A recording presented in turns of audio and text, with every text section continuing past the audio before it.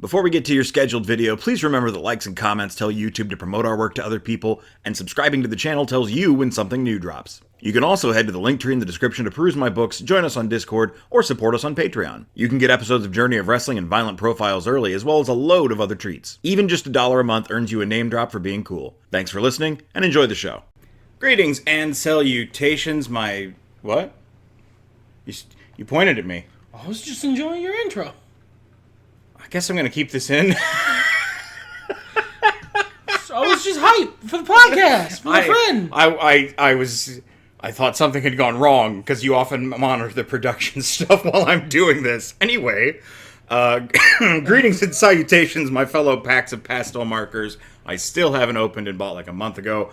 It is I, Eric J. Chucky, joined as always by the boy. Hey! This is the Two Nerds Podcast. We are talking today... This is the part I was hype about. About movies we haven't seen, or have seen. Why don't you remind us how this all started? So it started when we realized that we don't go to the movies much anymore. And we saw a complaint that all the big movies, all the movies are superhero movies, there's no other movies. Why don't people watch other movies besides superhero movies? And we decided to be the most pedantic assholes possible, and we did a whole podcast series showing why don't we go to the movies? Because all the other movies are lame. We went through a bunch of, recent years, we kind of caught up, and then rather than trying to keep up with things as time moved forward, we went back to the 90s to see, well, was it different back then? And the answer is, no. There were a lot fewer movies. That's the only change. Pretty much. Speaking of changes, congratulations.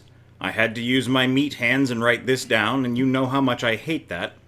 But I do want to extend blessings of coolness upon Harmony, Rob, Passion Killer 711, a guy from Ohio, Destrucity KTL, on the tip of your tongue, and new cool person, DG. Welcome to the ranks of the cool DG. Thank you for being the person who finally crossed the we have to write this down meridian. I think I could have done it, but... No, you hyped it too much. Yeah, you hyped it too much.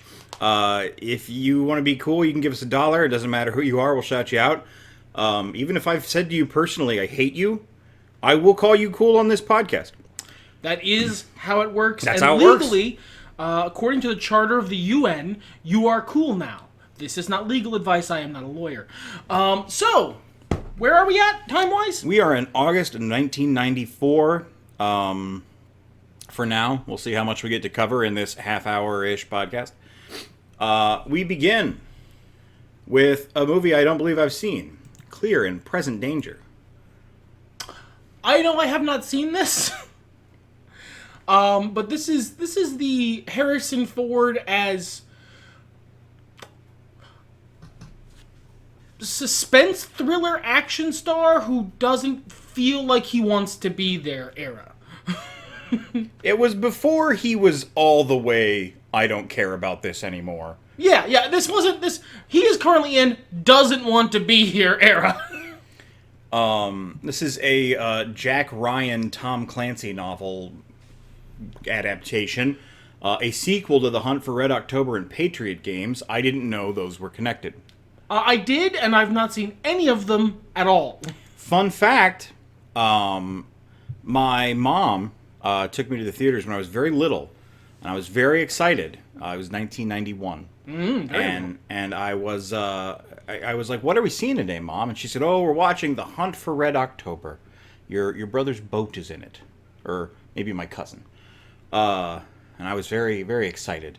And that was a lie. It was Teenage Mutant Ninja Turtles, and I was even more excited. An excellent troll by your mom. Yes. Top tier. Yep, top great tier. work. Great work, Mom. I haven't seen this. I guess it had James Earl Jones in it, too. It seems like a fine movie. Not really my vibe. No, I did like Air Force One, but that doesn't have anything to do with the Splinter Cell I liked guy. Air Force One because Get Off My Plane. It had nothing to do with Tom Clancy. I watched it on, USA. I probably wasn't. Eat, Drink, Man, Woman. My favorite this is superhero. Presumably a movie about cannibalism. Comedy drama film directed by Ang Lee. I didn't know. Okay, yeah, sure. Okay. I'm not going to pretend like I can pronounce those names. And it would be, honestly, a little rude of us to just sort of guess. I feel like that would just be doing a disservice. We'll just let you look at them on the screen respectfully. This is a foreign film that was brought to America and presumably translated the title as Eat, Drink, Man, Woman. I feel like that maybe is not the best translation. I don't know. I could see it. I mean, we have Live, Laugh, Love now, and Eat, Pray, Love, and... I'm sorry. You just teleported into my brain a sign above a, 30-something white woman's, kitchen that says Eat, Drink, Man, Woman in the Live, Laugh, Love font. Equal opportunity cannibalism. There we go. I didn't see that either. Here, though, we have something I did see. Oh, yeah. Yeah, probably one of my favorite movies of all time. Hilarious, still holds up to this day. A lot of my favorite middle-of-the-road actors in it. Airheads. Airheads is an amazing film. If you have not seen Airheads, I implore you to watch it. If you at all enjoyed this podcast, you're probably going to like Airheads. A couple of years ago, we went through the Brendan Fraser Renaissance, and nobody talked enough about Airheads ever. And it was because it's one of his better performances. Oh, it's fantastic. He's great in it. He's hilarious. The subtle face acting while he eats the burrito that he sprays with the hot sauce. Yeah. It's just spectacular. A bunch of rock musicians accidentally hold hostage a radio station while trying to get their tape played on the air. It's a comedy. One of Adam Sandler's funniest performances, and certainly the one of his performances that is I've seen that isn't in a movie he wrote, produced, directed, and starred in that I liked the best. We still quote it to this day frequently on the podcast as well. If you ever wondered what we mean by farting on a snare drum, it's from this movie. So, yeah, great film. The Little Rascals I may have seen. This is the remake, of course. I have definitely seen this movie. I saw it when I was a very little child. I know it was on screen in a large open plan house I was in.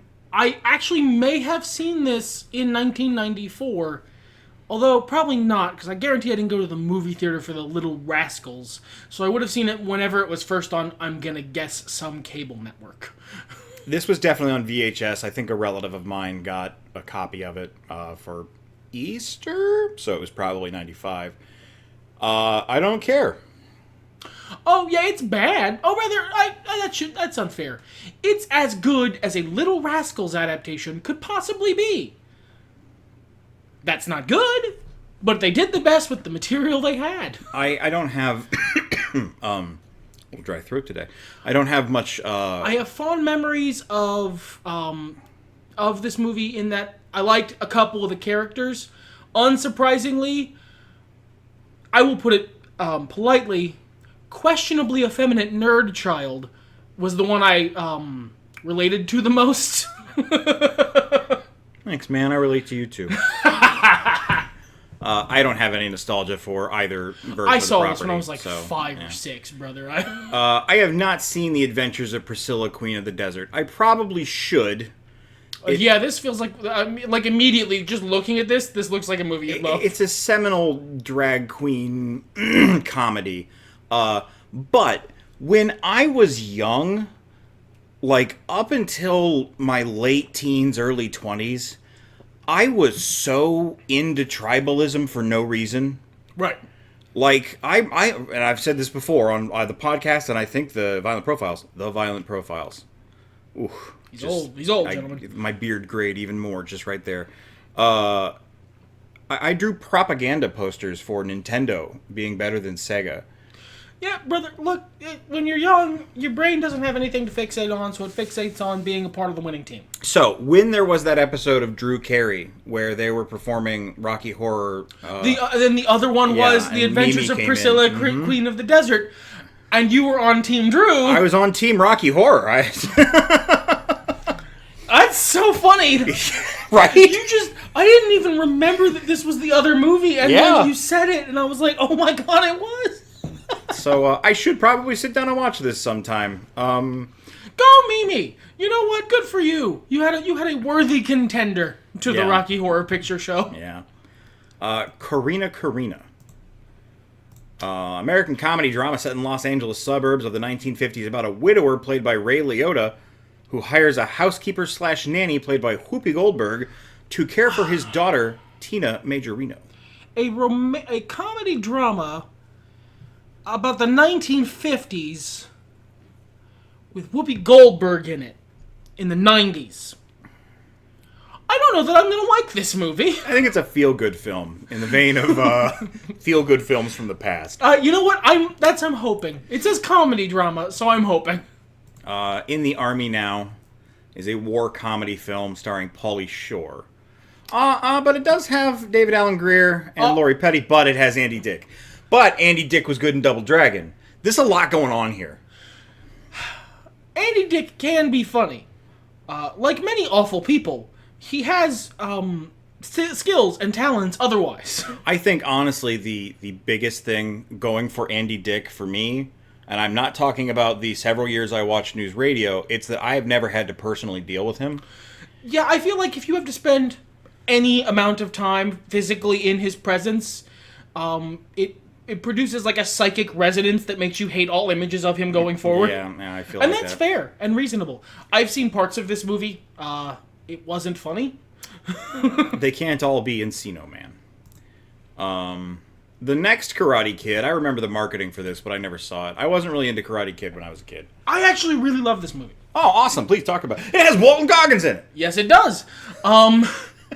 So I was a little too young for the original Karate Kid movie. Like, it was just big right before I was around, psychically, as it were. And so I watched them, but I watched them on TV. I watched the first one and the second one, which is definitely not as good. But this was the one that came out in, that was new when I was young. So I watched it, and I really like this movie. It's a really good... I mean, it's kind of, obviously derivative of the first movie, but it has some of its own story beats. I really like the acting from the main character, who is some famous lady that I don't remember, Hilary Swank. Yeah, Hilary Swank. It was really I related to Hilary Swank in this movie, and that I don't relate to Ralph Macchio's character in the original Karate Kid. Even when I was a little kid, I didn't relate to him. He was kind of a douche. Like, Billy Zabka was a bigger douche, but... That was his name? The bad guy? Yeah, I mean, that was the actor's name. Yeah, I don't remember the characters' names from the Karate Kid. I remember Mr. Miyagi, Ralph Macchio, and Billy Zabka. I have a confession to make. And it has Daniel? nothing to do... I want to say the main character's name is Daniel. Yep. It has nothing to do with the Foo Fighters. I have never seen the original Karate Kids, any of them. I've only seen the remake, and I really liked it. The original is a good movie. Yeah. It's a good movie. It's definitely of the time, but it's a good movie. I like this movie. It is also of the time. It is a very 90s movie, in the same way the original Karate Kid was a very 80s movie. This is a fond childhood memory. I don't know that it holds up. I haven't seen it since I was a little kid. Oh, cool. I might check out the original Karate Kid now that I am free from my previous burdens of watching. Andre.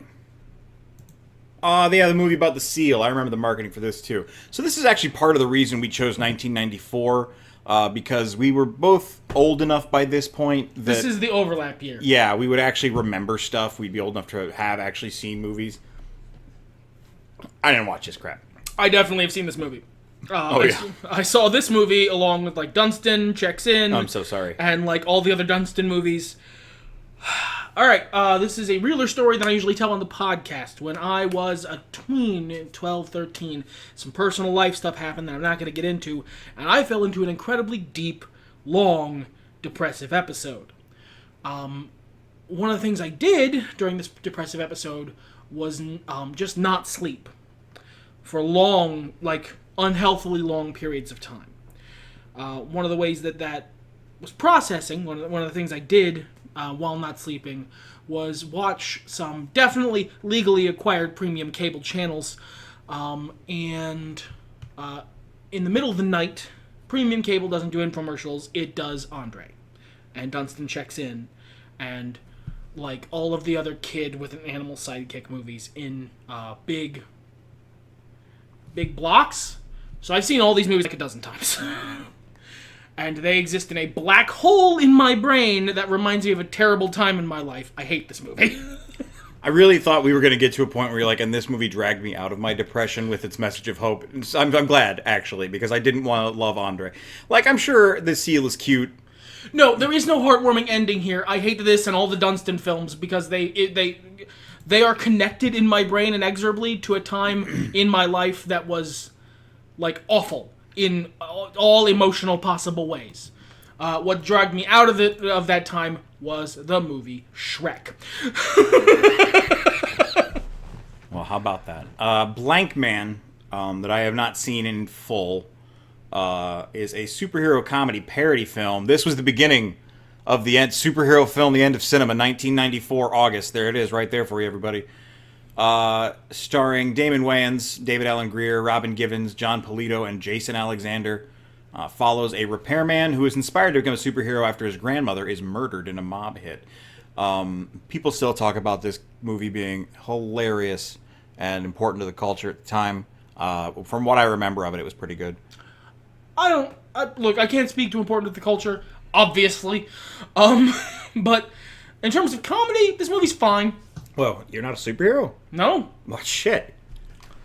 All right, I'm going to have to do auditions for the podcast partner, preferably superhero. You know what? Fair and reasonable. I'll bow out gracefully. You know, if somebody does reach out to me and is like, hey, I have heat vision, and they can prove I'm not joking. Yeah, that's If fine. you have legitimate superpowers, my chair is open to you. They're going to be interested in, like, really dry stuff. Now to talk about cement composition. They have heat vision. They win. Yeah. I mean, and you would care about cement composition with heat vision because that's important to your heat vision. Yeah. Yeah. Anyway, The Color of Night. I didn't see this. Bruce Willis and Jane March. How well I got a raspberry. I'm not reading this. This poster. It's giving sexual assault. I'm gonna. Well. I don't like this. This is a very creepy vibe. A guy gets therapy. A bunch of people die. Jesus, more people die. Oh. A lot happens. It's like a romance thriller depression movie. I'm out. If this is Dragon's Den, I'm out. Got Brad Dourif, so yeah, okay, sounds about right. Killing Zoe, not Killing Zone. Oh, that's too bad. This is a ripper poster From the creators of Reservoir Dogs and Pulp Fiction. That's one of those. Is it now? There's like a couple guys who were on the production. Starring Eric Stoltz. Wow. That's a name I haven't heard in a long time. A safecracker named Zed returns to France to aid an old friend in performing a doomed bank heist. Generation X's first bank caper movie, says Roger Ebert. There was a semi-sequel in 2019, so you can tell the demand was real. Wow, 2019. Okay. I mean, that means they loved it, at least. I just read the last bit, and I cannot tell you a more 90s nose fully implanted in my own asshole taking in the aroma sentence. If you can read it on the screen, you're welcome to. Yeah, I'm not reading that out loud. I'm not putting that in my voice. It's not offensive. I just want to not commit it like that. It smells its own farts in a deep way. You had that right. Mm-hmm. The Enemy Within, 1994 film. I read the parentheses for some reason. It's a remake of the 1964 movie 7 Days in May. Do that for the rest. Starring Forrest Whitaker, Jason Robards Jr., Dana Delaney, and Sam Waterston. Military coup to overthrow the president. I'm sure The Enemy Within 1994 film was an excellent movie. It doesn't have a poster, and that makes me feel like it wasn't very. I'm okay. I'm fully good, homie. It's fine. Why didn't I see it? Why didn't you see it? Whoa, that was not what that said. It said The Advocate. Oh, it's got a different name. The Hour of the Pig. Stars Colin Firth, Ian Holm, Donald Pleasance, Nicole Williamson, Jim Carter, and Amina Anabi. Released in the U.S. as The Advocate, it's usually categorized as a drama, but also could be classified as a mystery or black comedy. Could it now? Yeah. Set in 15th century France, based upon the career of case files of Bartholomew with a last name, an actual lawyer at the time who served as an advocate for animals who were confused or who were accused of crimes. Hold on now. Hold on. This is about an animal lawyer. This is in old timey France. That's really I miss when the world was in a way where you could just decide that your career was French animal lawyer, and that happened, and someone paid you for it. This guy made a career out of animal lawyer in France, in Quite to the contrast. Courtois now suspects a human serial killer as at large, and the pig has been framed. Is a sentence from this movie. Wow! Well, I don't want to watch it. I don't want to watch it, but I am thrilled I'm so happy this movie exists. Absolutely, over the moon. Let's look at Fresh here. Crime drama. Scored by Stuart Copeland of The Police. Scored by shouldn't be this high. I'm gonna be real. Scored by shouldn't be this high on the Wikipedia article. Especially when Sam Jackson is one of the actors. Look, a good score is important, but not even John Williams gets header. Marketed as a hip-hop hood film, their words, not mine, was offering a glimpse of life in New York during the crack epidemic. So it should be, fun family film. Movie, yeah.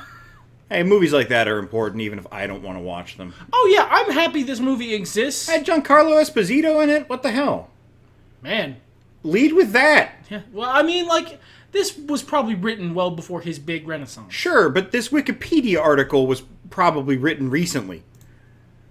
I'm upset, that's all. Camp Nowhere, I remember the ads for this, not this poster. An adventure comedy. Christopher Lloyd, right? Yes, Christopher Lloyd. I have seen this movie. Is this part of the hatred block? No, I saw this when I was a little kid. Okay. Sub 10. This was fun.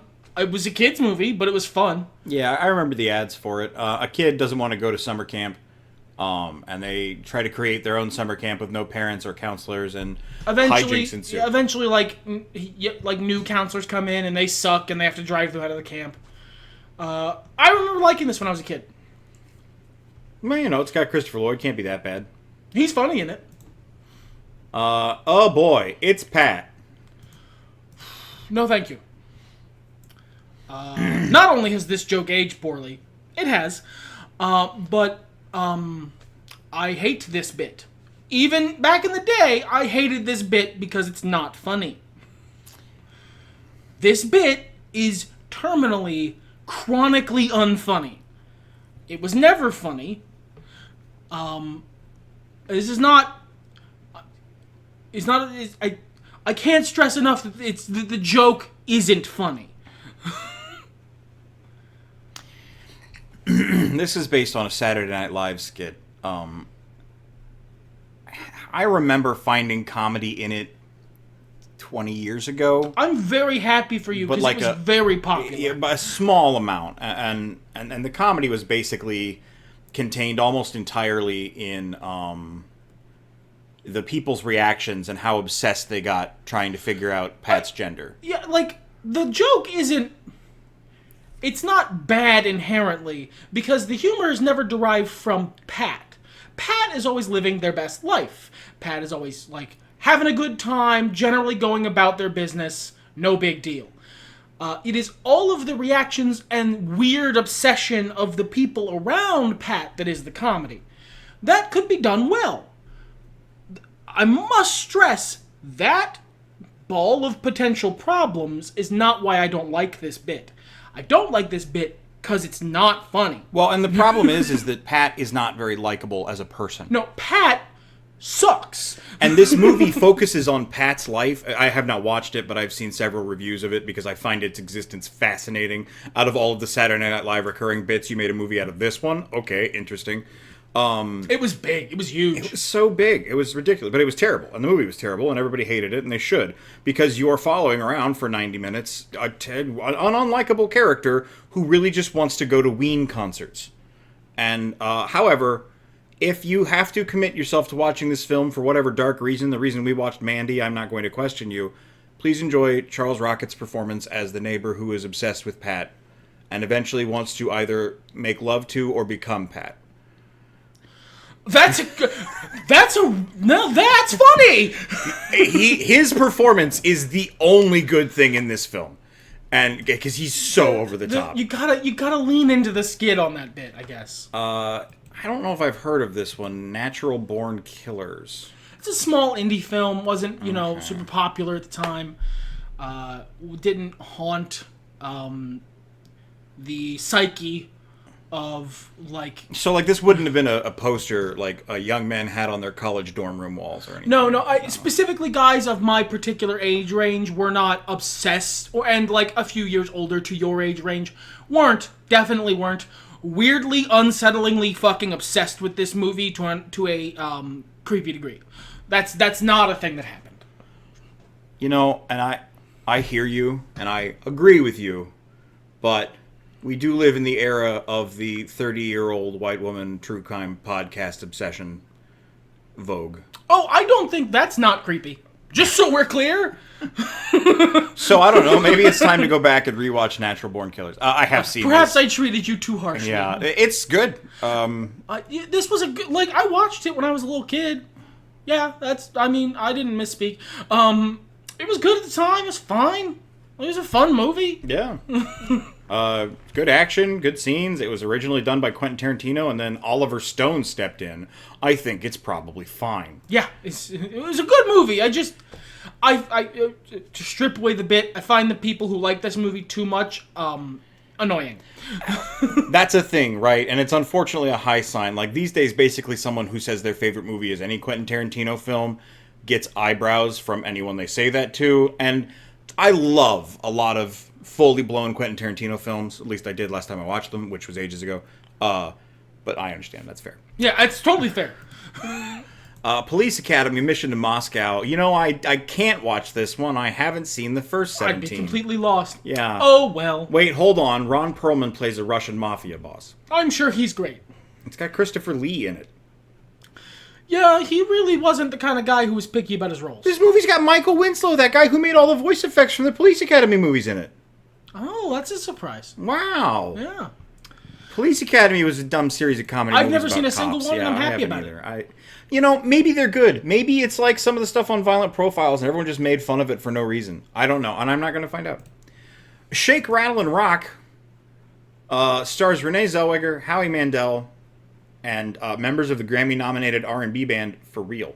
Oh, that's, shall we say, not a good sign. This movie has nothing in it. This is a music video. Yeah. This is a music video for the band For Real. Okay. No, I'm good. Well, and 94 Howie Mandel, he was more tolerable then. 80s Howie Mandel. Too goofy. No, he needs to turn it down. And Wagons in the 90s. East, sometimes styled as Wagons East, is an adventure comedy film starring John Candy, Richard Lewis, John C. McGinley, Ellen Green, Robert Picardo. Man, my mouth was going to screw up all of that. Rodney A. Grant and Ed Lauder. This might be great. It's probably either great or terrible. John Candy died during its production. So they used that's where I've heard of this movie from. This might be great. Because, you just listed off a bunch of really funny people. Yeah, that might be pretty good. And it's got Charles Rocket in it. Yeah, there we go. We know he does good stuff. Yeah, Wagons East. I don't know that I want to sit down and watch it, but it might be good. And Milk Money. Oh, yeah. I've seen Milk Money. You know how sometimes people will talk about a movie that was formative for them? I saw Milk Money too early in life. I'm sorry. I'm just going to read this if that's okay. And Go then for it. You can finish it. Milk Money is a 1994 American romantic comedy film directed by Richard Benjamin and starring Melanie Griffith and Ed Harris. The film is about three suburban 11-year-old boys who find themselves behind in, quote, the battle of the sexes, unquote, believing they would regain the upper hand if they could see a real, live, naked lady. Line break. The film received generally negative reviews from critics. I can't judge Milk Money fairly, man. I can't. I saw it when I was like 10 or 11 on like I can't judge it fairly. So I'm sorry. Looking back on it now, pump the brakes. Fully pump the brakes on this whole premise. It's the fridge logic, right? Like, you're making the movie, you make the movie, you finish the movie, you watch the movie, you go, oh, what a good movie. You go home, you brush your teeth, you take a shower, you wash your dog, you eat some ham, you go to bed and have a little bit more ham in bed, bed ham like you have. You lay your head down on the pillow, finally ready for your rest, and your eyes bolt open. Oh, God, what did we just do? That's pretty fucked up now that I think about it. The little 11-year-old is trying to pay a prostitute for the nudity. That's the premise of the film. Submitted without comment. Yeah. And I think like his dad and the prostitute get together. I don't know. I haven't actually watched it. So, is there anything you'd like to lead us off with? Don't watch Milk Money.